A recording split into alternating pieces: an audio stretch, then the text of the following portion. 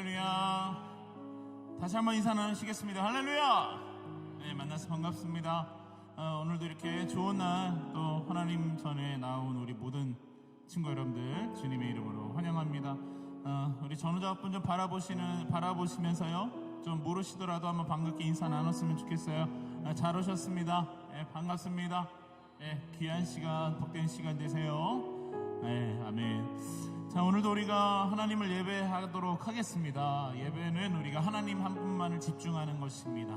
여러분들 마음속 가운데 안고 있는 걱정, 혹시라도 염려, 근심이 있으세요? 혹시라도 계속적으로 이 마음을 자유치 못하게 하는 것들, 계속적으로 묻고 있는 것들, 우리를 덮고 있는 모든 어둠의 영들, 하나님의 능력이, 또 성령 하나님의 능력이 그 모든 것들을 소멸하실 줄 믿습니다. 오늘 이 시간에도 우리가 그 하나님을 좀 기억하시고 기대하시고 집중하시면서 함께 나아갔으면 좋겠습니다. 우리 좀 두 눈을 좀 감으시고 함께 좀 기도하며 나아가도록 하실까요? 함께 기도하실 때 먼저는 하늘의 평강을 좀 구하십시다.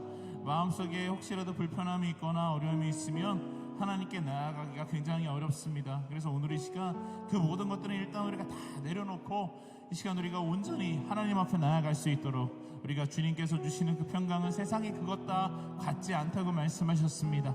하늘이 주는 그 평강, 주님께서 주시는 평강으로 우리 마음을 충만하게 채워 주시옵소서. 우리가 또 한 번 더 기도하실 때, 그래서 오늘 이 시간 우리가 오직 주님만을 집중케 하여 주시고, 오직 하나님 한 분만, 살아계신 하나님, 죽어있는 존재하지 않는 그런 신이 아니라 살아계신 그 하나님, 오늘 이 시간 예배하고 또 만나고 경험하고 돌아가는 은혜의 시간 되게 하여 주시옵소서. 하나님께서 이 자리 예배의 주인 되어 주시옵소서. 우리 함께 좀 기대하는 마음으로, 소망하는 마음으로 함께 기도하며 나가도록 하시겠습니다. 함께 기도합니다. 살아계신 주님 감사합니다. 감사합니다. 하나님, 오늘 이 시간에 우리 마음을 열어 하나님 앞에 다시 한번 나아갑니다.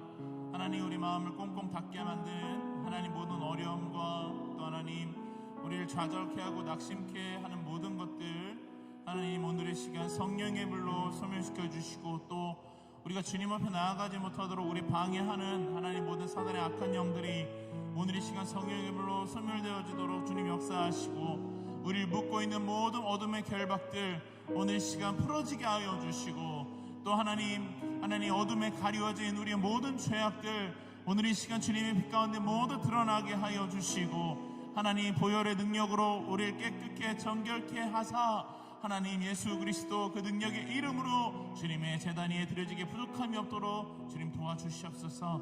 오늘 이 시간 찬양하며 나아갑니다. 우리 모든 가사가 하나님 앞에 올려드리는 우리 삶과 신앙과 믿음의 기도가 되게 하여 주시옵소서. 감사드리며 살아계시고 역사하시는 우리 주 예수 그리스도의 이름으로 기도드리옵나이다. 아멘. 할렐루야. 우리 하나님, 우리 살아계신 하나님 앞에 감사와 영광의 박수 함께 올려드리시겠습니다. 우리 함께 좀 몸이 불편하지 않으시면 다 함께 좀 자리에서 일어나시면서 우리 서로 옆 사람에게 이렇게 선포하시겠습니다. 당신의 하나님은 살아계십니다. 아멘. 예, 아멘. 함께 자리에서 일어나셔서 찬양하시겠습니다. 함께 박수 치면서 우리 마음을 열고 주님 앞에 함께 나아갑시다.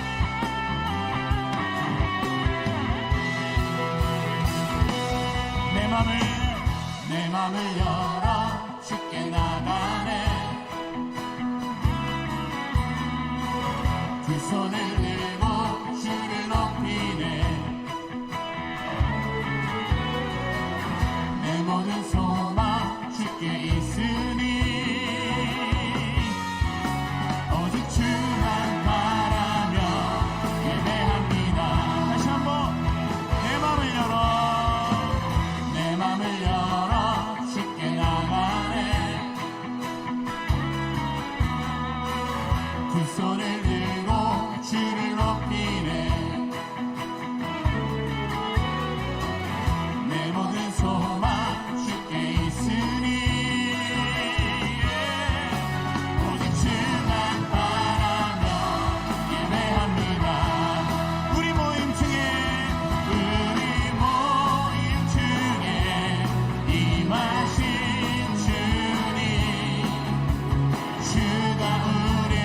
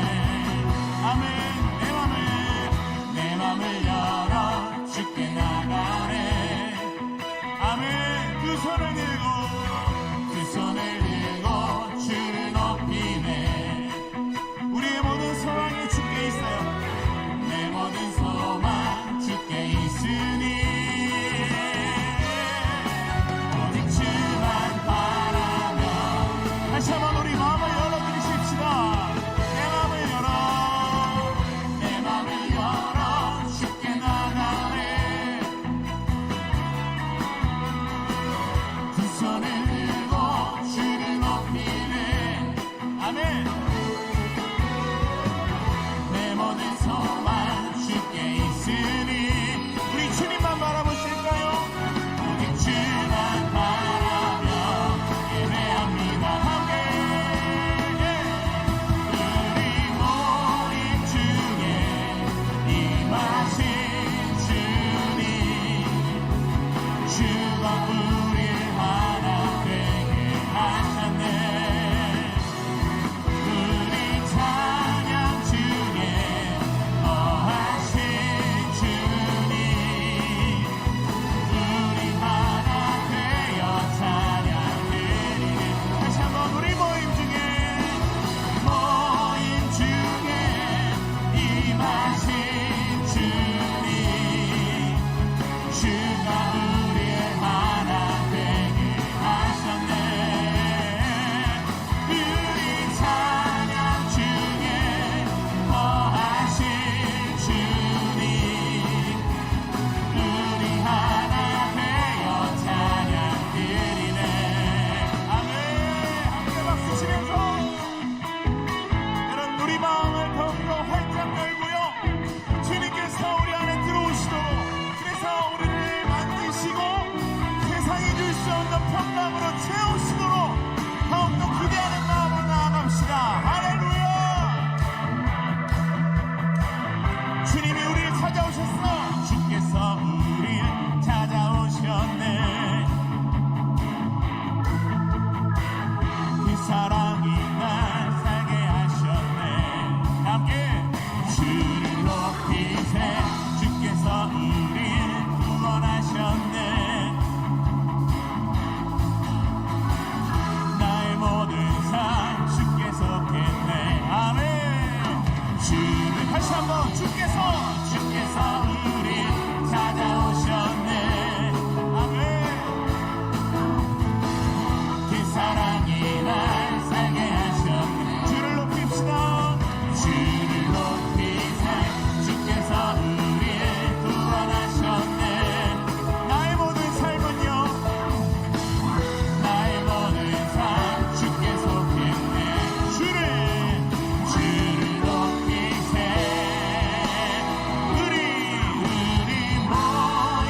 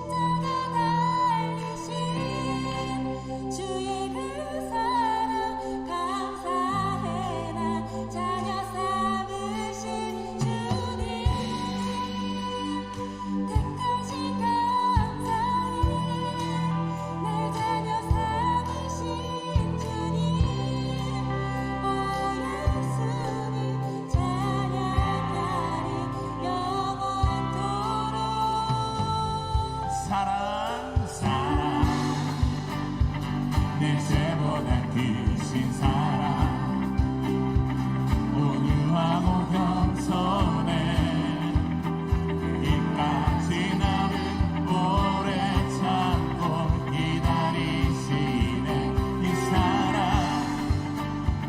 수렁에서 던지시고 반석 위에 세우시며 늘 함께 하시니 주님 그 사랑 항상 나 빛내 주님 이 사랑 감사해 날 위해 십자가 달리신 주의 그 사랑 감사해 날 자녀 삼으신 주님 택하신 감사해 날 자녀 삼으신 주님 오 예수님 찬양하리 영원토록 넓고 크고 높고 깊은 날 향한 끝없는 사랑 넓고 크고 높고 깊은 날 향한 끝없는 사랑 넓고 높고 날 향한 끝없는 사랑 넓고 높고 날 향한 끝없는 사랑 함께 주님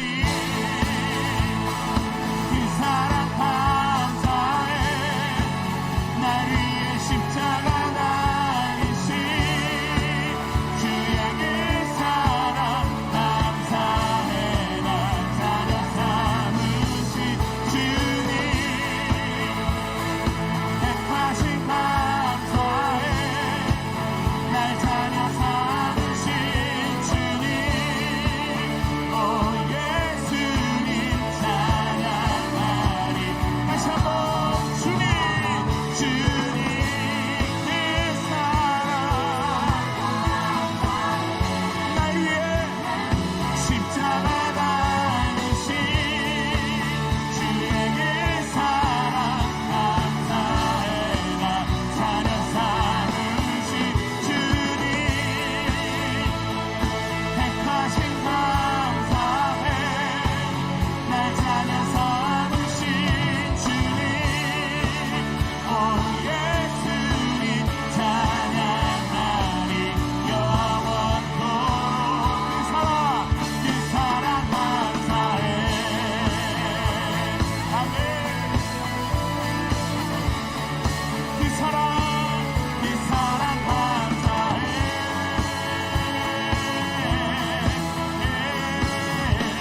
함께 그 사랑 감사해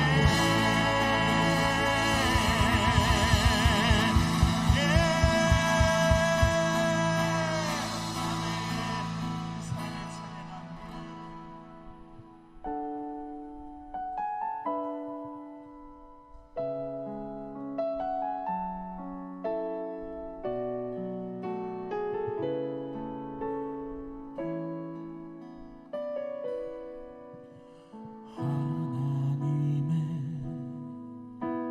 그늘 아래 내 모든 것 다 내려놓고 나 잠잠히 주를 묵상하네 그 놀라우신 은혜를 끝이 없는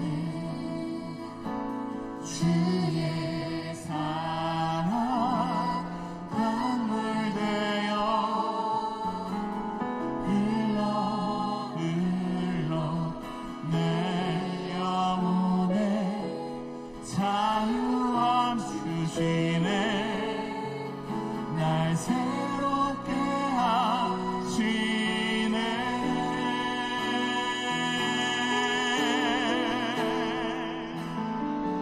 하나님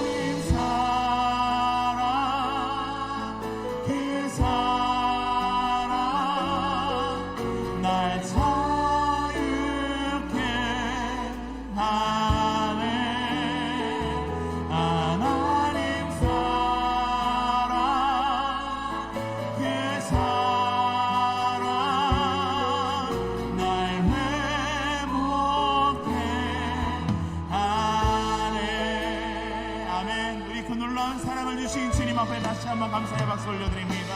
아멘. 하나님의 그늘 아래 내 모든 것 다 내려놓고 나 잠잠히 주를 묵상하네. 그 놀라우신 은혜 끝이 없는 주의 사랑 강물 되어 흘러 내 영혼에 자유함 주신 날 새롭게 하시네. 함께 그 놀라운 사랑을 선포합시다. 하나님 사랑 그 사랑 날 자유케 하네. 하나님 사랑 그 사랑 우리 다시 한번 두 손을 높이 들고 날 향한 그 놀라운 사랑 앞에 하나님 사랑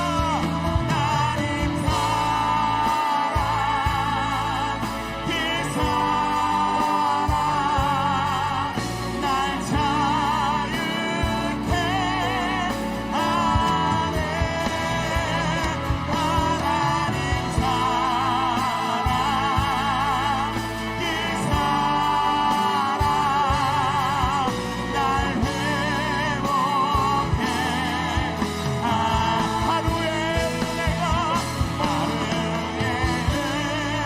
은혜가 내 삶에 임하여 문제가 비로가 되고 아픔이 자랑되어 하나님의 사랑 드러나게 하소서.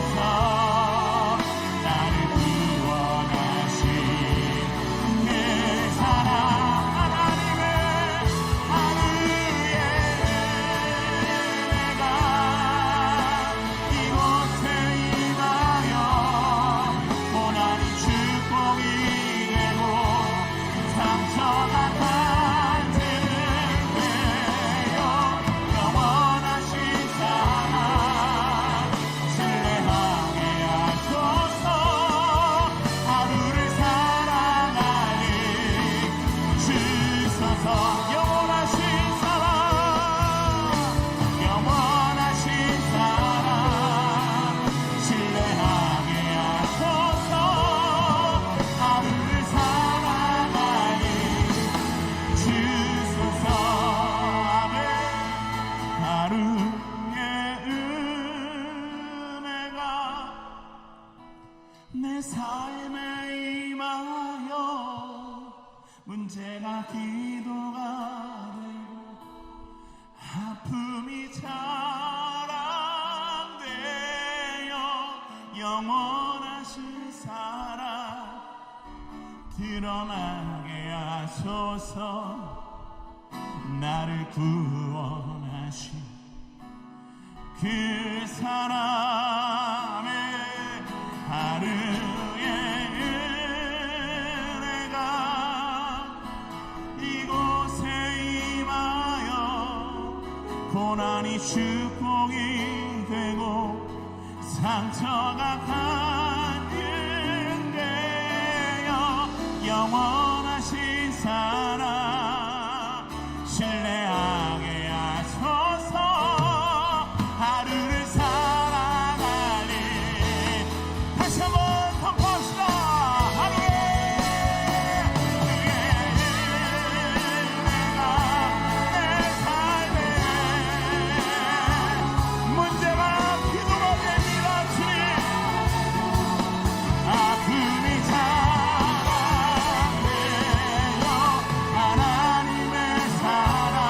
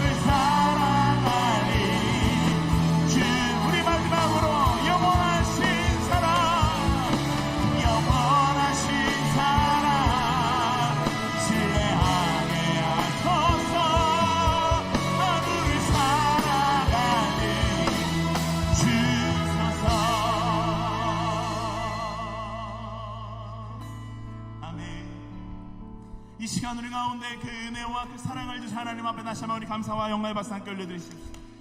하나님의 그 놀라운 사랑과 그 은혜가 하나님 우리 삶의 곳곳 가운데 다시 한번 임하기를 소원합니다. 하나님 또한 우리가 그 은혜와 그 사랑으로 하루하루를 살아갈 수밖에 없는 존재임을 이 시간 주님 앞에 고백합니다. 하나님 오늘 이 시간 이곳 가운데 나온 주의 백성들의 모든 신음과 하나님 이들의 모든 한숨 가운데 또 하나님 이들의 모든 부르짖음 가운데 응답하여 주시고 오늘 이 시간 하나님 우리의 외치는 소리를 주님께서 들어주셔서 하나님 우리가 그 음성을 듣게 하시고 하나님의 말씀을 통하여 다시 한번 우리 나아갈 방향을 우리가 정할 수 있는 시간 되게 하시며 하나님 우리 삶의 모든 문제가 오늘 이 시간 다시 한번 풀어지고 하나님 또 우리 문제가 기도가 되어지고 그 기도의 응답을 경험하는 하나님 하루하루를 살아갈 수 있는 믿음이 우리 안에 다시 한번 돋아나게 하여 주시옵소서. 하나님 오늘 이 시간들을 붙들어 주시옵소서. 말씀으로 우리를 고쳐주시고 눈먼 자가 눈뜨게 하시고 앉은 맹이가 일어나게 하여 주시며 육신과 마음의 모든 질병이 낫는 은혜로운 시간 주님의 기적을 경험하게 하여 주시옵소서. 우리 함께 주여 한번 크게 외치고 함께 기도하며 나아가십시다. 주여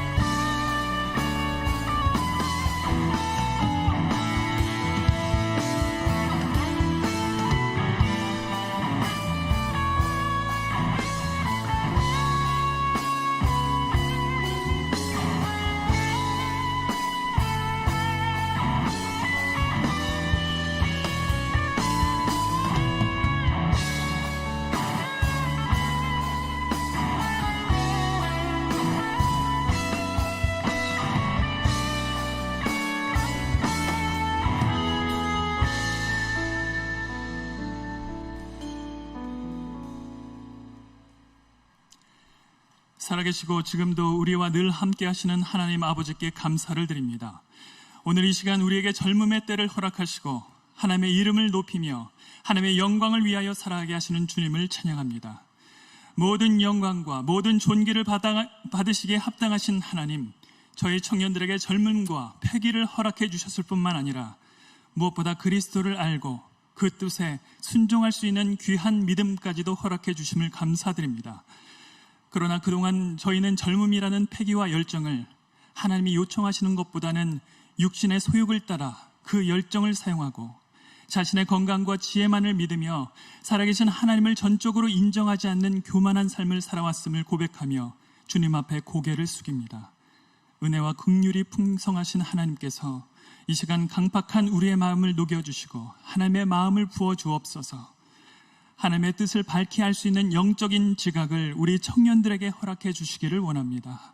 우리의 열정과 패기, 우리의 힘만으로만 살 수 없음을 인정하고 주님을 의지할 때 진정 의미 있고 가치 있는 삶을 살 수 있음을 깨닫게 하여 주옵소서. 사랑의 주님, 우리가 하나님의 영광을 드러내는 삶을 살길 원합니다. 아직 힘이 있고 비전이 있을 때 젊음이 영원히 주어지지 않는 것임을 우리가 깊이 깨닫게 하시고 이 시간 하나님께 드려지는 예배를 통해 겸손히 자신을 내려놓게 하시며 주님께서 우리를 통해 이루시기 원하시는 그 원대한 큰 뜻을 발견할 수 있는 은혜를 허락하여 주옵소서. 사랑하는 우리 청년들, 학업으로 혹은 직장생활로 혹은 군대에서 항상 분주한 삶을 살고 있습니다. 삶의 분주함과 세상의 재미와 다양한 유혹에 휩쓸려 혹 죄악된 길로 휩쓸려 가진 않을지 염려가 되는 것이 사실입니다. 그러나 이러한 상황 속에서도 능력의 주님께서 믿음의 전신갑주를 우리 청년들에게 입혀주시고 주님이 주시는 영원한 지혜를 따라 세상을 거슬러 올라가며 사는 강한 믿음의 청년들, 믿음의 군사들이 될 수 있도록 인도하여 주옵소서. 그래서 하나님 안에 참 평안이 있고 기쁨이 있음을 발견하는 귀한 젊은이들이 되게 하옵소서. 길이 되어주시는 주님께서 우리 청년들이 이 시대를 살아갈 때 진정 빛과 소금의 사명을 다할 수 있도록 모든 작은 예수 공동체가 하나 되게 하시고 진정한 사랑의 공동체로 주님의 손과 발이 되어 몸된 교회와 하나님의 나라 확장을 위해 충성하게 하옵소서. 그래서 우리 은평교회 청년들뿐만 아니라 더 나아가 대한민국의 모든 청년들을 통해서 그리스도의 복음이 더욱 만방에 전파될 수 있도록 은혜의 은혜를 허락해 주옵소서. 특별히 청년들을 위해 수고하시는 교육자님들과 부장님들, 그리고 자신들보다 작은 예수 공동체를 위해 헌신하는 청년 임원과 리더들에게 성령의 충만함과 지혜와 능력을 덧입혀 주셔서 이들이 계획하고 진행하는 모든 일들이 주님의 뜻과 소원을 이루고 주님이 기뻐하시며 하나님의 나라를 견고하게 세워나가는데 귀하게 쓰임받을 수 있도록 역사하여 주옵소서. 새벽 이슬 같은 주의 청년들이 하반기에 계획하며 움직이는 모든 일들 가운데 깊이 역사하시고 함께하여 주심으로 방해하는 악한 세력들을 막아주시고 모든 일들이 순탄하고 순적하게 이루어지게 하옵소서.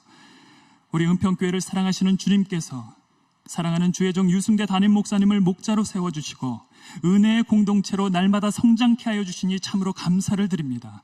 목사님께서 강단에서 말씀을 선포하실 때마다 그 말씀이 각 성도들과 청년들의 삶 속에 성취되게 하시고 변화되게 하시고 치유되게 하여 주셔서 오직 주의 말씀으로 진정한 인생의 성공을 거머쥐는 우리 모두가 되게 하옵소서. 오늘 저녁 목사님께서 케냐로 선교를 나가게 되십니다. 코로나가 아직도 사그러들고 있지 않지만 우리 교회가 세운 케냐의 선교센터와 방송국의 개국을 위해 출국하게 되었사오니 주님께서 가고 오는 길을 지켜주시고 케냐에서의 모든 선교 일정 속에서도 주님의 메신저로서의 역할을 충분히 감당하고 그 나라의 많은 선교사님들과 성도들에게 큰 은혜로 주님의 뜻을 이루게 하여 주심으로 주님의 마음을 흡족해 하는 우리 사랑하는 목사님 되게 하옵소서. 오늘도 이 예배를 위해 보이는 곳에서 그리고 보이지 않는 곳에서 애쓰는 우리 청년들을 기억하여 주시고 이들의 헌신을 기쁘게 받아주시며 주님 홀로 영광 받아 주옵소서. 감사를 드리옵고 이 모든 간구를 존귀하신 예수 그리스도 이름으로 기도드립니다. 아멘.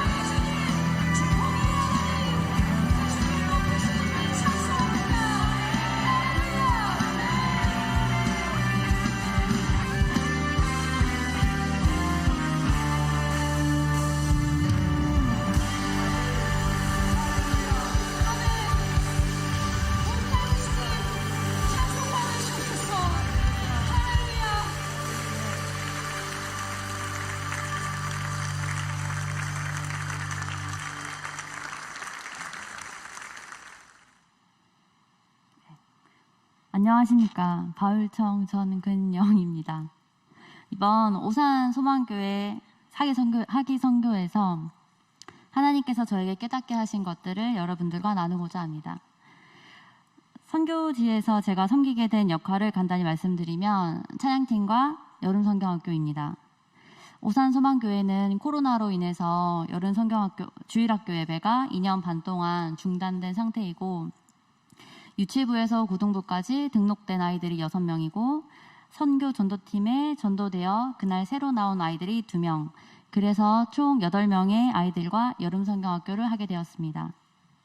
저는 어린이 병원에서 8년째 아픈 어린이들을 치료하는 사회적 역할을 감당하고 있습니다.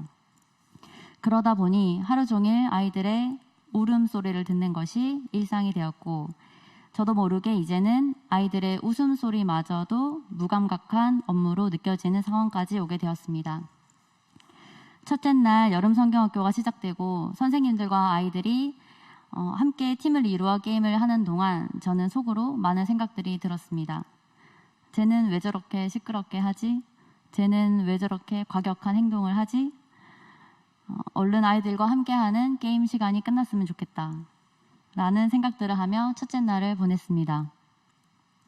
하지만 둘째 날 아침 갈라디아서 2장 말씀으로 큐티를 하던 중에 저희 생각은 처참히 무너지고 하나님께 죄송한 마음이 들었습니다. 하나님은 사람을 외모로 취하지 않으시고 할례자이던 무할례자이던 나이가 많던 적던 간에 예수 그리스도의 복음은 언제 어디서나 누구에게도 동일하다는 것입니다. 하나님은 한 영혼을 천하보다 귀하게 여기시고 그 영혼을 구원하기 위해서 독생자 예수 그리스도를 죽이기까지 하셨는데 그 사랑을 전하러 간 선교에서 하나님의 사랑은 온데간데 없고 아이들을 귀한 영혼보다는 내가 만든 색안경을 끼고 속으로 판단하고 일거리들로 귀찮게 생각했기 때문입니다. 저는 그 순간 하나님 앞에 고개를 들 수 없었고 아이들에게 매우 미안했고 마음속으로는 회개하는 기도를 했습니다. 이제는 아이들이 스스로 나와준 것만으로도 너무 고마웠고 한 명 한 명 너무 귀해서 꼭 안아주고 싶었습니다.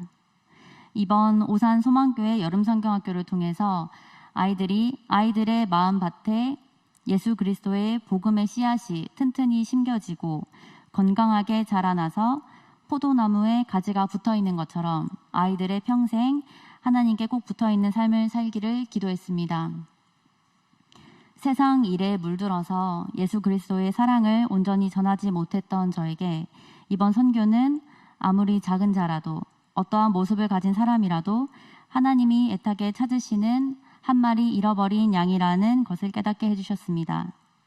또한 선교 주제 찬양 가사의 모티브인 이사야 11장 말씀처럼 물이 바다를 덮음같이 여호와를 아는 지식이 세상에 충만할 그날까지 작은 예수 공동체가 예수 그리스도의 복음을 가슴에 품고 가정, 학교, 그리고 직장에서 그 사랑을 실천하는 매일의 삶으로 살아내는 선교를 감당하길 소망합니다.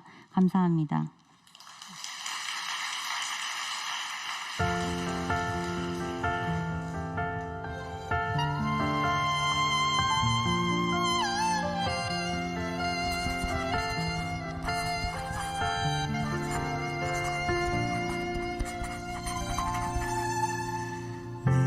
주신 모든 것 주께 감사드리며 많은 재물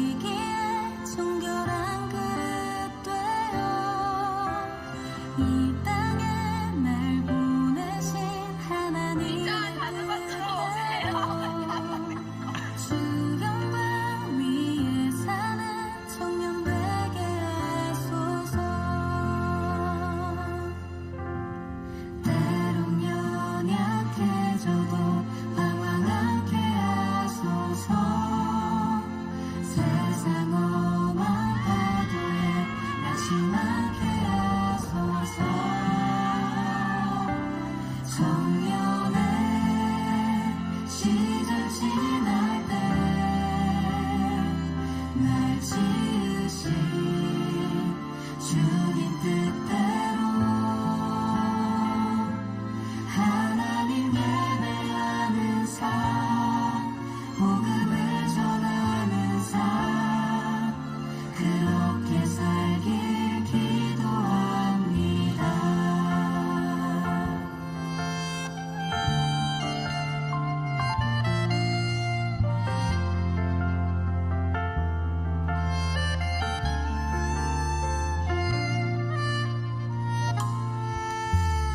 내 이름 내려놓고 예수의 이름 들고 어두운 세상 속에서 작은 생명빛 되어 전화보다 소중한 한 영혼 살리는 삶, 예수님 닮아가는 청년 되게 하소서.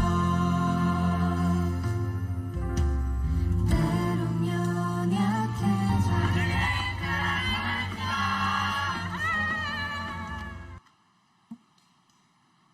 네, 안녕하세요.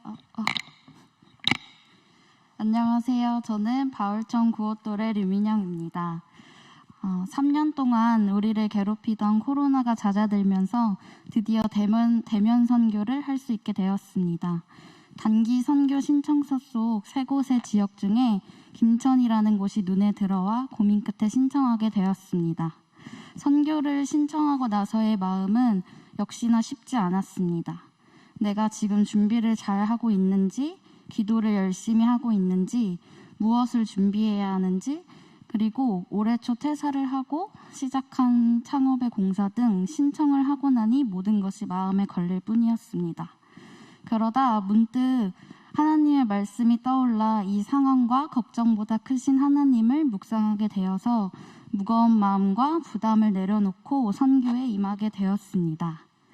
그 말씀은 이르시되 때와 시기는 아버지께서 자기의 권한에 두셨으니 너희가 알 바 아니요 오직 성령이 너희에게 임하시면 너희가 권능을 받고 예루살렘과 온 유대와 사마리아와 땅끝까지 이르러 내 증인이 되리라 하시니라. 사도행전 1장 7절에서 8절 말씀입니다. 이 말씀을 신뢰함으로 선교 지역인 김천 땅을 밟을 수 있었습니다. 선교에서 제가 맡게 된 자리는 사진, 영상, 촬영과 벽화 작업이었습니다. 공동체에서의 사진 작업은 그리 쉽지 않았던 기억이 있어서 어느 순간부터 촬영을 거부했었습니다. 이번 선교에도 그럴 생각이었는데 하나님께서는 또 그 자리에서 저를 세워주셨습니다. 촬영하는 내내 체력적으로 힘든 부분은 분명히 있었지만 감사하게도 하나님께서 그 카메라를 통해서 김천 팀원들을 보게 하셨습니다. 내향적인 성향과 관계에 약함이 있는 저에게 촬영을 하며 저만의 관점에 빠져서 사람들을 오해하고 바라봤던 저의 교만한 시선을 거두시고 사랑으로 다시 바라보도록 해주셨습니다. 하나님의 일에 열심히 동참하려고 노력하고 기도하고 예배하는 팀원들의 모습을 보았습니다. 이번 3박 4일 동안 촬영을 하며 아름다운 김천 땅과 우리 팀원들을 담게 해주심에 저를 그 자리에 세워주심에 감사드렸습니다. 벽화 작업은 3일 동안 뜨거운 햇빛 아래에서 진행되었습니다. 그 안에서 날씨와 모든 일정을 주관하시는 신실하신 하나님을 느낄 수 있었습니다. 세상에 이렇게 뜨거운 해가 있었는지 눈도 못 뜰 정도로 눈이 부시고 뜨거웠습니다. 빈혈이 심해서 조금만 체력이 떨어져도 쓰러질 것만 같았습니다. 하지만 감사하게도 쓰러질만 하면 바람이 어디선가 시원하게 불어주었고 그 바람을 맞고 나면 하하 웃음까지도 나왔습니다. 또 너무 더워서 붓을 놓으려고 하면 벽화 작업에 방해되지 않는 부슬부슬한 보슬비가 내려주었습니다. 팀원들 누구 하나도 힘든 내색이 없이 즐겁게 벽화 작업에 참여하며 이 벽화를 보고 많은 사람들이 기뻐하고 웃으시길 바라며 열심히 임했습니다. 저희의 선교지는 김천 구성 중앙교회였으나 다른 지역의 예원교회의 벽화 작업을 섬기게 됨이 감사했고 이 소중한 만남들 모두 하나님께서 내려주신 선물 같았습니다. 제가 임했던 단기 선교 중에 가장 더웠고 환경도 불편했을지 모릅니다. 하지만 전혀 불편하지 않았고 불평하지도 않았고 걱정도 없었습니다. 제게 있어서 가장 내려놓음이 있었던 선교이지 않았나 싶습니다. 되돌아보니 3박 4일 동안 제가 가장 많이 했던 말이 할 수 있어, 괜찮아, 하면 되지 라는 말이었습니다. 저는 평소에 속으로 불평과 불만이 많은 사람입니다. 그 4일 동안 저도 모르게 긍정의 마음과 선한 말을 하고 있는 제 자신을 보면서 변화된 제 모습이 너무 좋았고 기뻤던 것 같습니다. 삶이 선교라는 말이 생각이 났습니다. 분명히 또 무너질 제 자신을 알지만 다시 일으켜주실 하나님을 신뢰하며 이번에도 결단을 해보았습니다. 그 변화된 제 모습을 계속 잘 유지하고 삶에서도 하나님의 일하심을 느끼도록 말입니다. 그동안 단기 선교를 다녀온 후에 주변 사람들이 잘 다녀왔냐고 물어보면 어떤 말로도 딱히 설명하기가 어려웠는데 이번에 김천 선교를 잘 다녀왔냐고 물어본다면 네, 하나님과 저, 우리 김천팀 모두가 함께한 행복했던 여름 사역이었어요 라고 자신 있게 말할 수 있을 것입니다. 제가 지금 이 귀한 자리에 서서 공동체 여러분들께 전하고 있는 것처럼 말입니다. 작은 예수의 여름을 더 뜨겁게 만들어주신 하나님께 감사를 드립니다. 감사합니다.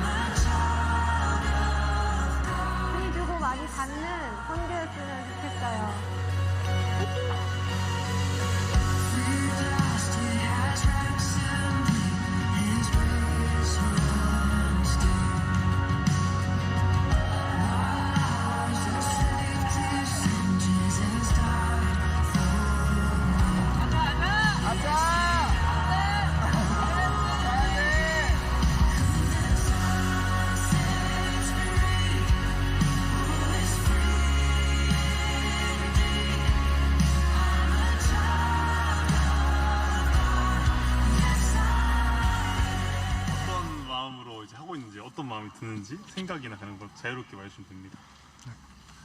어떤 마음으로 하시고 계시죠? 일단은 저희가 하는 게 순이라고 포도나무 장가지를 제거하는 일인데 정말 진짜와 가짜가 섞여 있는데 그 진짜와 가짜 중에서 그 가짜를 골라내는 작업인데요. 이 가짜를 진짜와 구분되게 잘라야 된다는 점에서 되게 우리의 삶 속에서 우리 삶의 잔가지처럼 우리가 예수님 안에 속하지 못하게끔 하는 그런 것들을 잘라낸다랑 비슷한 느낌이어갖고 제 마음에 있는 장가시는 뭘까를 좀 생각하면서 자르고 있습니다. 너무 멋있네요. 너무 멋있는데요? 그러면 그걸 이어받아서 오케이, 렛츠 고!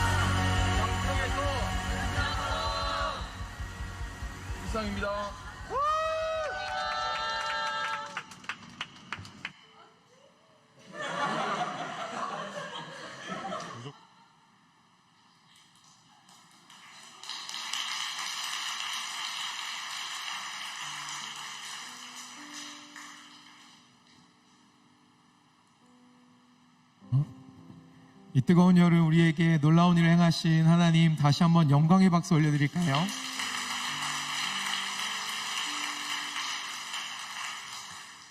그리고 우리 양옆에 앞에 계신 우리 사랑하는 작은 예수 형제 자매들에게 이렇게 인사하면 좋겠습니다. 이번 여름 애쓰셨습니다. 감사합니다. 인사하시죠. 이번 여름 애쓰셨습니다. 감사합니다. 하나님께서 귀한 여름에 우리를 오산으로, 상주로, 김천으로 보내주셨기에 우리가 다녀온 줄 믿습니다. 하나님이 은혜 안 주셨으면 어느 한순간, 한 시간도 우리가 그 일들을 감당하지 못했을 거라고 확신합니다. 그래서 이렇게 귀한 선교를 하나님 앞에 그리고 우리 사랑하는 공동체 안에 보고하고 나누는 이 시간에 함께 기도하고 싶습니다. 함께 기도할 때 하나님, 이 여름에 하나님의 이름에 합당한 일을 우리에게 행해 주셔서 감사합니다. 하나님 영광 받으실 일들을 행하여 주셔서 감사합니다. 하나님 나라 우리 가운데에 보이시고 이루셔서 감사합니다 라고 우리 주님 높여드리는 기도하고 싶고요. 그리고 또 한 가지, 하나님 우리가 다녀온 이 선교지 어쩌면 보고예배로 마침표를 찍는 것 같지만 여전히 우리가 이곳에서 그곳들을 향하여 기도할 수 있는 마음을 부어주시기를 기도하면 좋겠습니다. 하나님, 우리 공동체가 함께 선교했사오니 계속해서 함께 그 선교의 마음을 이어갈 수 있도록 주님께서 인도하여 주십시오. 우리 하나님을 높이고 찬양하는 기도, 주님의 마음을 구한 기도를 함께 주여 한번 부르고요, 마음을 모아 기도하며 나아가겠습니다. 주여, 할렐루야. 하나님 아버지 은혜와 사랑에 감사합니다. 하나님 이번 여름 우리를 통하여 새 일을 행하여 주신 하나님의 이름을 찬양합니다. 우리에게 먼저 있는 것을 하나님 나눌 수 있는 은혜 주심에 감사합니다. 우리에게 조금 더 있는 것을 나눌 수 있는 은혜를 주셔서 감사합니다. 하나님 우리가 많이 가지고 어쩌면 넉넉하여서 어쩌면 우리가 뭐가 더 있어서가 아니라 하나님의 크심과 하나님의 사랑이 우리 안에 있기에 우리가 이번 여름 열심으로 준비하여서 오산과 상주와 김천의 그 지역으로 다녀오게 된 줄 믿습니다. 하나님 우리의 것 아니오니 주님 영광 받으시고 우리가 한 것 아니오니 주님 홀로 높임을 받아 주시옵소서. 뿐만 아니라 하나님 우리 가운데 새 일 행하여 주심에 감사를 드리며 또 우리가 주님 앞에 구하며 기도하는 것은 우리가 주님의 마음을 알았사오니 그 마음을 가지고 계속해서 기도할 수 있는 은혜가 있기를 소망합니다. 주님 계속해서 기도하고 이곳에서 마음으로 우리의 삶으로 우리의 열정과 우리의 소망과 사랑으로 선교를 이어갈 수 있는 우리 모든 작은 예수 공동체가 될 수 있도록 주님이 역사하여 주시옵소서. 하나님 은혜 주셔서 감사합니다. 주님 은혜 위에 은혜를 더하여 주셔서 감사합니다. 하나님과 함께하여 싸우니 하나님과 계속해서 함께 살아가는 우리 모두가 되게 하여 주시옵소서. 주님 감사합니다. 영광 받아 주시옵소서. 할렐루야. 주님의 이름을 찬양합니다. 하나님 이번 여름의 모든 것 주님 안에 있었음을 고백합니다.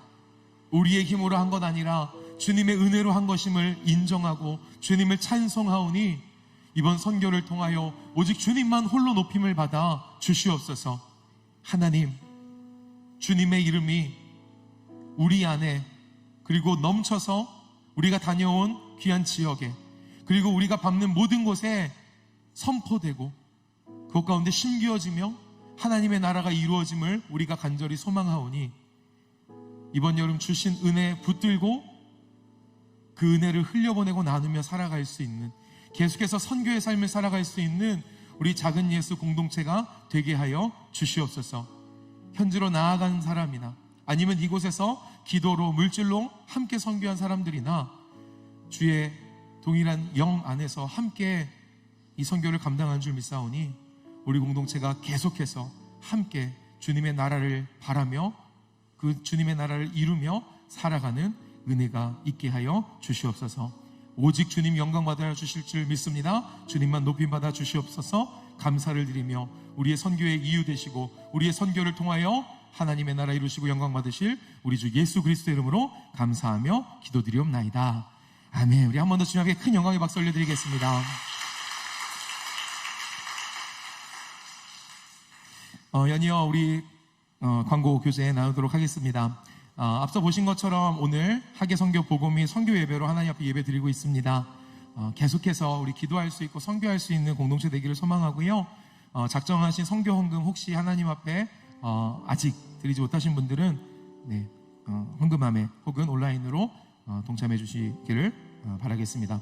두 번째, 작은 예수 장학금 신청을 지난 주일부터 이번 주 돌아오는 지금 토요일까지 받고 있습니다.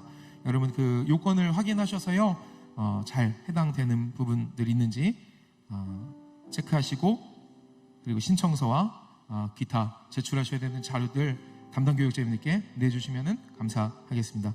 세 번째, 새로운 학기 또 이제 이 가을을 준비하는 1일 수련회가 9월 4일 첫 주일에 진행이 됩니다. 성서 번역 선교를 감당하는 국제 위클리프에서 부총재로 사역을 하셨던 정민영 선교사님 강사로 모시고 함께 예배하려고 합니다. 우리 사랑하는 청년들 함께 기도로 준비해 주시고, 하나님이 마땅히 우리에게 허락해 주시는 그 은혜와 사랑을 기대할 수 있는 우리 모두가 됐으면 좋겠습니다. 마지막으로 가족 소식입니다. 우리 유한청의 강하담 청년이 맡겨진 군복무 잘 마치고 전역했다고 합니다. 아쉽게도 지금 코로나로 격리 중에 있어서 아마 예배에 참여하지 못한 걸로 알고 있습니다. 여러분 연락하셔서 많이 축하해 주시고 격려해 주시고 앞으로의 삶도 승리할 거라고 응원해 주시면 감사하겠습니다. 오늘 우리에게 주시는 하나님의 아버지의 말씀을 함께 읽도록 하겠습니다. 오늘 우리에게 주시는 하나님의 말씀은 신약성경 마태복음 6장 12절의 말씀입니다. 마태복음 6장 12절의 말씀을 우리가 함께 한 목소리로 합독하도록 하겠습니다. 마태복음 6장 12절의 말씀 우리 함께 읽겠습니다. 우리가 우리에게 죄 지은 자를 사하여 준 것 같이 우리 죄를 사하여 주시옵고. 아멘. 담임 목사님 나오셔서 하나님의 말씀 선포해 주시겠습니다.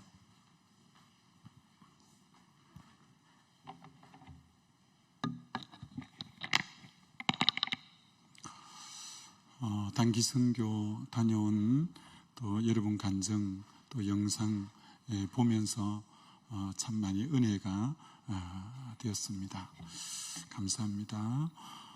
여러분, 하나님과 우리 성도 간의 사귐을 가로막는 가장 결정적인 장애물은 뭐겠어요? 죄입니다. 죄가 하나님과 우리 사이에 그 사귐, 교제, 교통을 가로막고 있는 가장 결정적인 장애물이 죄. 그래서 오늘 이 죄 문제를 어떻게 다룰 건가를 우리 주님이 주기도문에서 가르쳐 주신 거예요. 우리의 죄를 사하여 주옵소서. 성경의 가장 우리 신앙의 핵심이 죄 문제를, 죄의 사함을 어떻게 받는가, 이 문제죠. 죄의 사함을 어떻게 받는가. 이건 신앙의 굉장히 중심부 얘기라고 할 수 있습니다. 여러분, 우리 사람들, 우리 인간의 가장 근원적인 문제는 취업 문제도 아니고 괴로운 문제도 아니고 우리 인생의 가장 근원적 뿌리의 문제는 죄 문제입니다. 죄 문제. 인간이 불행하게 되는 그 불행의 가장 근원이 죄 때문에 그렇습니다. 인생을 제일 불행으로 몰아넣는 그 원인자가 죄입니다. 죄. 그래서 예수님이 오신 목적이 아들을 낳으리니 이름을 예수라 하라. 이는 그가 자기 백성을 저희 죄에서 구원할 자이십니다.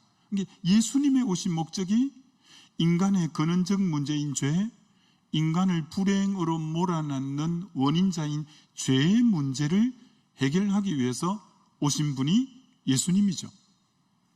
기독교 복음의 가장 핵심은 십자가와 부활인데, 여러분 십자가 역할과 부활 역할이 뭔지 아세요? 십자가는 우리가 알다시피 내 죄를 주님이 전부 대속하셔서 내가 죽어야 될 자리에 예수 그리스도가, 죄 없는 예수 그리스도가 대신 죽으신 대속물이 된 사건이 십자가인데, 그럼 여러분 부활은 뭐죠? 부활? 로마서 4장 맨 마지막 절에 십자가에 우리 죄 때문에 내어줌을 당하시고 우리를 의롭다 하시기 위해서 다시 살아나셨느니라. 이게 죄가 청산되고 이제 깨끗해졌다는 정표로 부활하셨다는 거예요. 그러니까 십자가도 죄 문제, 부활도 죄 문제입니다. 십자가는 죄를 가지고 간 거고 부활은 죄가 처리되었음에 대한 영수증, 확정하는 표가 부활입니다. 그러니까 십자가 부활을 합치면 죄 사함이 완성되어진 것이 십자가와 부활로 죄 사함의 문제가 완성되고 해결된 거죠. 그러니까 십자가 부활이 복음의 진수고 복음의 핵심인 이유는 우리 죄의 문제를 온전히 해결한 것이 십자가와 부활이기 때문에 그런 거죠. 여러분, 이 세상 많은 곳이 있잖아요. 근데 이 교회만이 인생의 죄 문제를 다루는 곳은 유일하게 교회입니다. 교회. 인생의 죄 문제를 해결하는. 그래서 여러분들은 복음을 들을 때 제 문제를 말함으로 마음이 찔려야 정상이고 설교를 듣는데 마음이 한편으로 불편해야 그게 정상입니다. 우리가 죄인이기 때문에 죄 문제를 지적할 때 마음이 불편하고 마음이 찔리고 그게 어떤 의미로 바람직한 거라는 거죠. 그래서 건강한 신앙의 가장 중심부에 주님의 십자가가 있게 되는 거죠. 우리 신앙의 가장 중심부에는 우리 주님의 십자가가 딱 자리 잡고 있다라고 말할 수 있습니다. 오늘 주님이 주기도문은 기도의 원형, 기도의 가장 모델이 주기도문이잖아요. 근데 여기는 하나님을 위한 기도 3가지, 하나님의 이름이 높임을 받으시고 하나님의 나라가 임하시고 하나님의 뜻이 이루어지게 해달라는 하나님을 향한 기도가 먼저 3가지 나오잖아요. 하나님의 이름, 하나님의 나라, 하나님의 뜻. 두 번째는 우리를 위한 기도인데 일용할 양식, 두 번째가 죄 사함, 세 번째가 시험에 들지 말고 악에서 건져 주옵소서. 이 3가지. 그래서 오늘은 우리를 위한 기도 중에 두 번째인 죄 사함의 문제, 이것이 신앙의 가장 너무너무 중요한 부분이라는 거죠. 근데 여러분, 죄 문제를 해결하는 길은 예수의 십자가의 완벽한 주님의 우리 죄를 위한 대속의 은혜로, 은혜를 우리가 믿음으로 받아들임으로 죄 사함 받죠. 그래서 여러분, 엄연한 의미로 죄를 처리하는 방법은 예수의 십자가인데 처리하는 우리가 주님 앞에 나가는 입장은 2가지인데 하나는 회개, 두 번째는 자백이에요. 여러분, 회개와 자백의 차이점이 뭐냐면 회개는 내가 죄인 되었는데 예수 그리스도가 나 위에 십자가 대속물로 죄를 처리해주고 부활로 제 문제를 완전히 해결해 주신 그 사건을 받아들이면서 내가 완전히 회심하고 방향을 틀고 이제는 예수님에게로 가는 방향전환, 죄된 길로 가던 우리가 방향을 바꿔서 예수님에게로 가는 그렇게 완전히 리턴하는 고 리펜트라고 말하는 이 죄의 문제에서 완전히 돌아서는 걸 이때 우리가 회개한다고 하죠. 회개, 다른 말로 회심한다고 하죠. 회심. 처음 예수를 믿을 때 나는 죄인입니다. 예수님이 내 죄를 위해 십자가에 죽으셨고 부활하셨습니다. 제가 그 주님의 대속의 사건을 온전히 받아들입니다 하면서 그때 회심하고 회개하는 거죠. 그러면 예수의 보혈이 우리의 죄의 과거 죄도, 현재 죄도, 미래 죄도 우리를 완전히 용서하셨고 우리는 하나님의 자녀의 신분을 얻게 된 거죠. 그래서 우리는 구원받은 하나님의 자녀가 되었어요. 그런데 문제가 하나 있어요. 이제 하나님 자녀 되었고 나는 영생을 얻었고 구원받았고 하나님의 백성이 됐는데, 그래서 하나님 백성이 되어서 이제 교회도 다니고 믿음 생활하는데 내가 죄를 짓는다는 거야. 이 땅에 살아가면서 죄를 짓는다는 거야. 난 주님의 십자가 부활을 믿음으로 받아들임으로 죄사함 받았는데 그 십자가의 보혈은 나의 과거와 나의 현재와 나의 미래의 모든 죄를 깨끗하게 사하셨고 나는 구원 얻은 하나님 백성이 됐는데 문제는 내가 죄를 짓는다는 거예요. 죄사함 받은 내가 죄를 짓는다는 거예요. 하나님 자녀가 죄를 지을 때 다시 그 죄를 주님의 십자가 앞에 가지고 나가서 토스를 하고 주님 앞에 죄를 고백하고 하는 행위를 뭐라고 하냐면은 자백이라고 하는 거예요. 자백. 아까 처음 죄에서 돌아서는 걸 회개라고 한다면, 예수 믿고 난 뒤에 죄를 지을 때 하나님 앞에 회개하는 걸 물론 혼용해서 써도 꼭 나쁜 건 아닌데, 뭐 회개라고 한다고 꼭 잘못했다 이렇게 말할 수 없는데 엄격한 의미로 자백이라고 하는 거예요. 그래서 우리는 처음 죄인이라는 걸 깨닫고 주님의 십자가를 받아들이면서 방향 전환한 것을 회개라고 하고, 예수 믿고 제사함 받은 우리가, 하나님 백성된 우리가 또 죄 지으면서 죄를 주님 앞에 고백하는 걸 일컬어 자백이라고 하는 거죠. 요한 1서는 예수 믿는 사람에게 쓴 책이거든요. 그때 죄를 지을 때 만일 우리가 우리 죄를 자백하면 저는 미쁘시고 의로우사 우리 죄를 사하시며 모든 불의에서 우리를 깨끗게 하실 것이라고 요한 1서 1장 9절에 약속하셨죠. 그래서 우리는 예수를 믿음으로 제사함 받은 우리가 하나님 자녀 되고 나서 죄를 지을 때 그 죄를 십자가 앞에 가서 고백하는 걸 자백이라고 하는 거죠. 그 자백은 계속 하는 거예요. 죄 지을 때마다 하는 거예요. 회개는 한번 싹 이제 방향 전환한 거고, 이걸 그래서 가장 잘 예수님이 상징적으로 표현해 주신 예가 있는데, 요한복음 13장에 베드로에게 이렇게 말했어요. 이미 목욕한 자는 발만 씻으면 된다, 이렇게 말했어요. 우리가 예수 믿고 회개할 때 예수의 피로 목욕한 자예요. 전신을 다 씻음 받았어요. 머리부터 발끝까지, 과거, 현재, 미래 죄까지 용서받았어요. 그런데 일상의 죄를 주님의 십자가 앞에서 회개하는 걸 자백이라고 하는데, 발 씻는 것은 이미 우리는 예수 믿음으로 목욕했지만 자백, 생활 속에 짓는 죄를 늘 자백을 함으로 발은 계속 씻어요. 발은 바깥에 나갔다 오면, 중동 지역은 뜨거운 날씨이기 때문에 우리 같은 신발을 신지 않고 샌들을 주로 신고 다니죠. 그러니까 샌들 신고 여러 일 보고 들어오면 발에 먼지가 뽀얗게 앉죠. 바로 방으로 들어올 수 없어서 문어기에, 대문어기에, 돌 항아리에 물을 항상 채워놓고, 그래서 그걸 바가지에 물을 떠서 방에 들어오기 전에 바깥에 외출하고 들어올 때는, 일하고 들어올 때는 먼지 앉은 먼지를 발로 깨끗하게 씻고 이제 방으로 들어오게 되죠. 그런 것처럼 예수 믿음으로 제사함 받은 우리가 생활 속에 짓는 죄를 자백함으로 그건 발 씻는 거예요. 그럼 앞에 있는 회개는 하나님과 나 사이의 관계를 형성시켜주죠. 그분은 나의 아버지, 나는 그의 자녀, 관계가 형성시켜주는 게 회개고, 자백은 이미 하나님은 내 아버지 됐고 나는 자녀인데 발을 씻고 일상의 죄를 자백함으로 하나님과 나 사이의 교제를 원활하게 하고 사귐을 막힘없이 하고 친밀하게 하기 위한 목적으로 자백을 하는 거죠. 회개는 관계를 형성시키고 자백은 교제를 친밀하게 하게끔 하는 역할을 하는 게 자백이라고 말할 수 있는 거죠.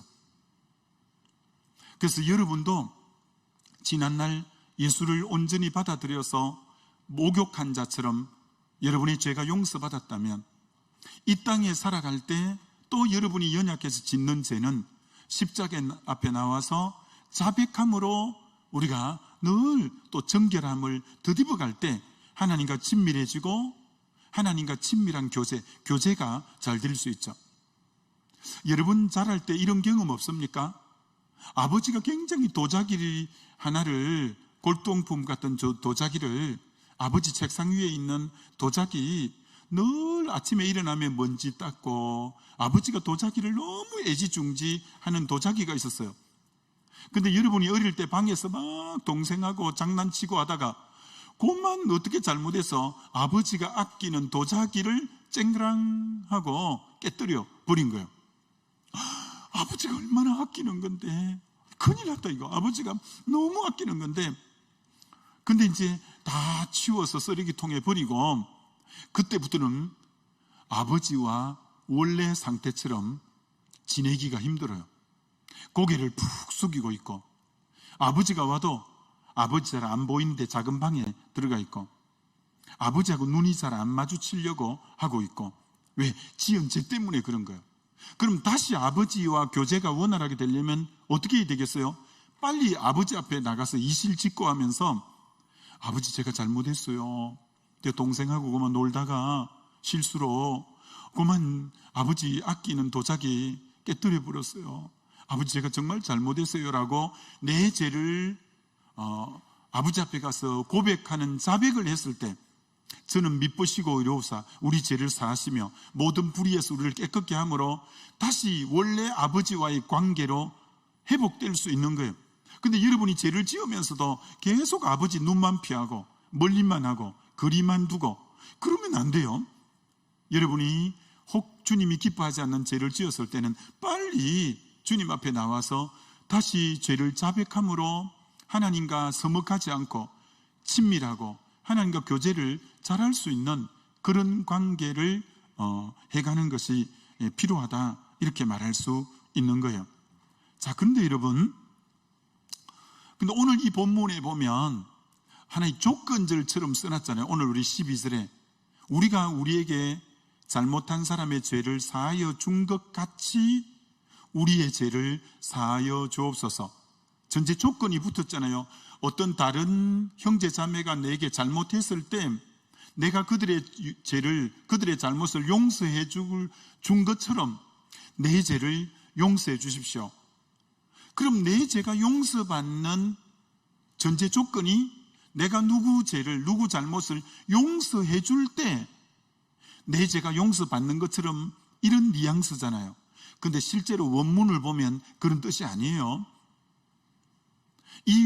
여러분, 우리의 죄를 용서받을 수 있는 유일한 길은 한 가지밖에 없어요.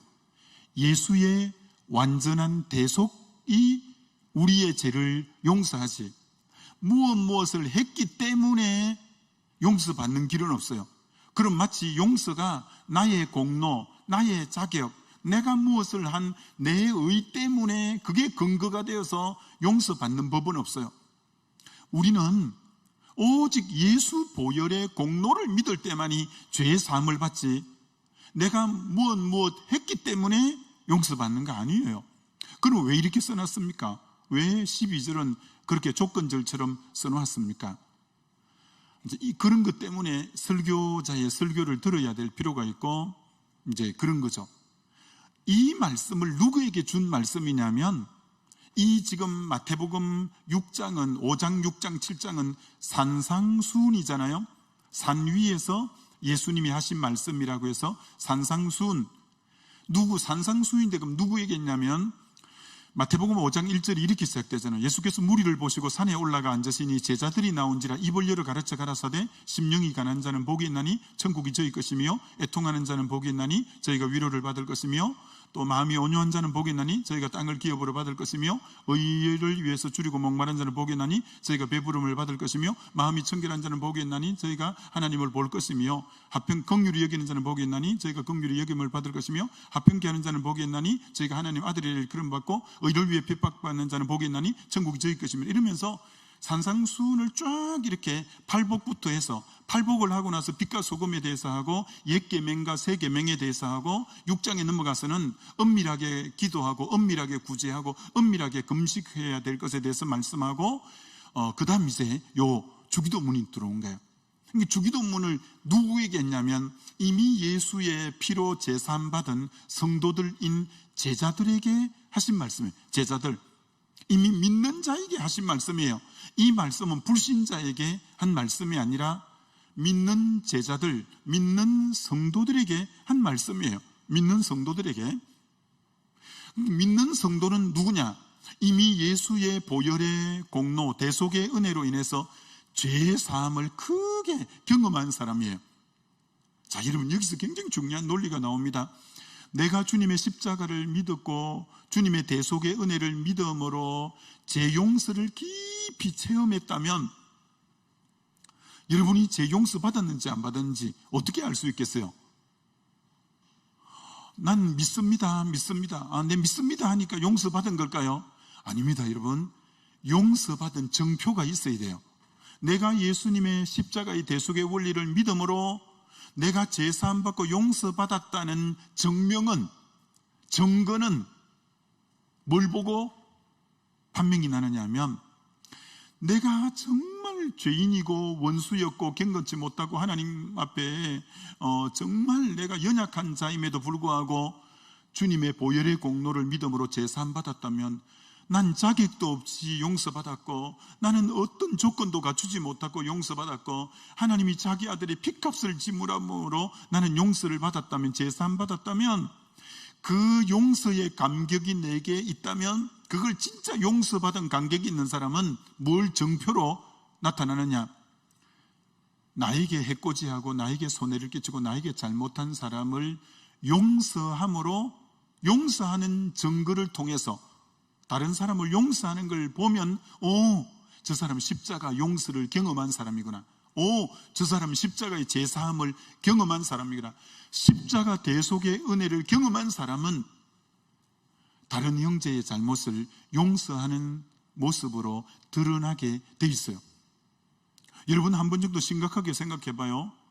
여러분은 흉악한 죄에서 독생자 예수 그리스도가 죽으면서 여러분을 용서하고 제사해 주었는데, 여러분은 마치 마태복음 18장을 비유하면 1만 달란트나 되는 죄를 용서받고 탕감받았는데, 여러분 주변의 형제 자매가 여러분의 마음에 상처를 주고 잘못한 것은, 해코지한 것은 100데나리온, 1만 달란트와 100데나리온은 비교가 안 되잖아요.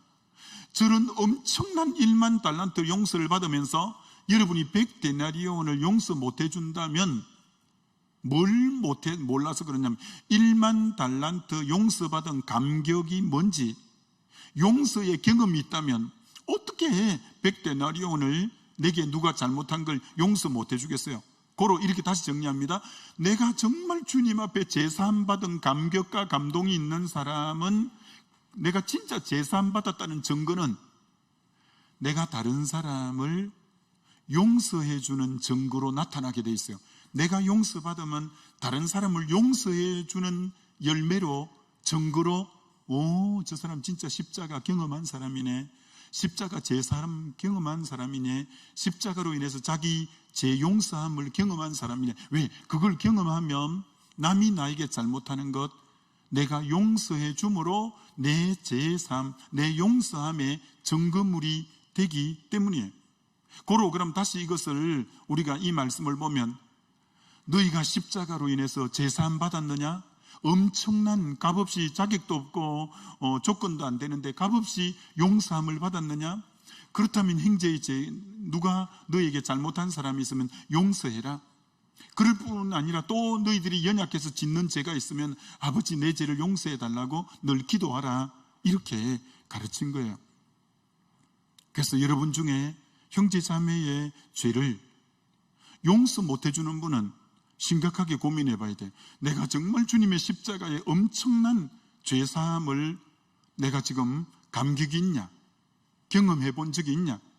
그게 있다면 왜 형제의 작은 죄를 용서 못 해주고 맨날 뒷담화하고 맨날 미워하고 맨날 정오가 끓어오르고? 아니에요. 여러분, 정말 회개의 삶과 하나님과는 굉장히 깊은 연관이 있어요. 여러분이 자백의 이 삶을 잘 못하면 하나님과 깊이가 안 내려가는 거예요. 여러분이 죄를 자백 안 하면 하나님과 깊은 교제, 깊은 사귐은 할 수가 없어요. 여러분이 영적으로 저 친구는 영적으로 굉장히 깊구나, 영적으로 깊으려면 죄에 대해서 민감해야 돼요. 죄를 충분히 자백하는 사람이 영적 깊이가 있게 하나님이 깊이 만나주셔요. 여러분이 하나님과 친밀하고 하나님을 가까이 하라, 성경이 그렇게 말했는데, 하나님과 가까이 하는데 제일 방해물이 죄예요. 죄를 자백해야 하나님과 가까이 될 수 있어요. 심지어 예배자의 자리에 나와도 여러분이 죄를 자백 안 하고 죄를 가지고 있으면 왠지 예배당에 와서 찬양을 하고 예배를 드려도 왠지 서먹서먹하고 거리감이 느껴지는 이유는 제 문제를 처리 안 하고 앉아 있기 때문에 그런 거예요. 여러분, 하나님께 가까이 나아가는 비결은 죄를 자백하는 길이라는 거 꼭 아셔야 돼요. 마음에 조금이라도 끄림직한 거 있으면 죄를 자백하는 길이 여러분이 하나님과 친밀해지는 유일한 비결이라는 거 잊으면 결코 안 돼요. 여러분, 신앙의 전성기가 있거든요. 신앙의 전성기. 여러분, 신앙의 전성기 때의 특징은 죄에 민감할 때라는 거예요. 죄에 민감해서 적은 죄 하나라도 하나님 앞에 가지고 나가서 아버지 제가 잘못했어요 라고 죄를 자백하고 그때 용서의 기쁨을 다시 회복하고 다시 주님의 임재를 경험할 때가 영적 전성기예요.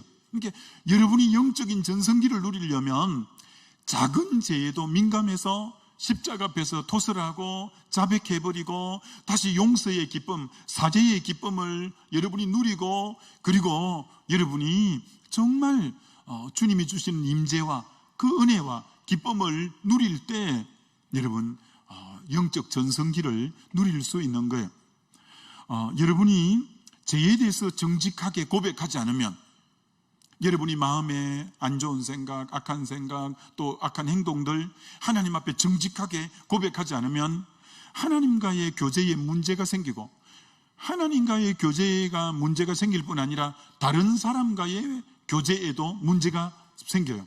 하나님 앞에 정직하게 죄를 고백하지 않는 사람은 하나님과 교제에도 문제가 생기고 다른 사람과 교제에도 문제가 발생할 수밖에 없다는 것을 여러분이 꼭 아셔야 돼요. 자, 지금부터 조금 현실적인 얘기를 한 번 더 예를 들어 보십시다.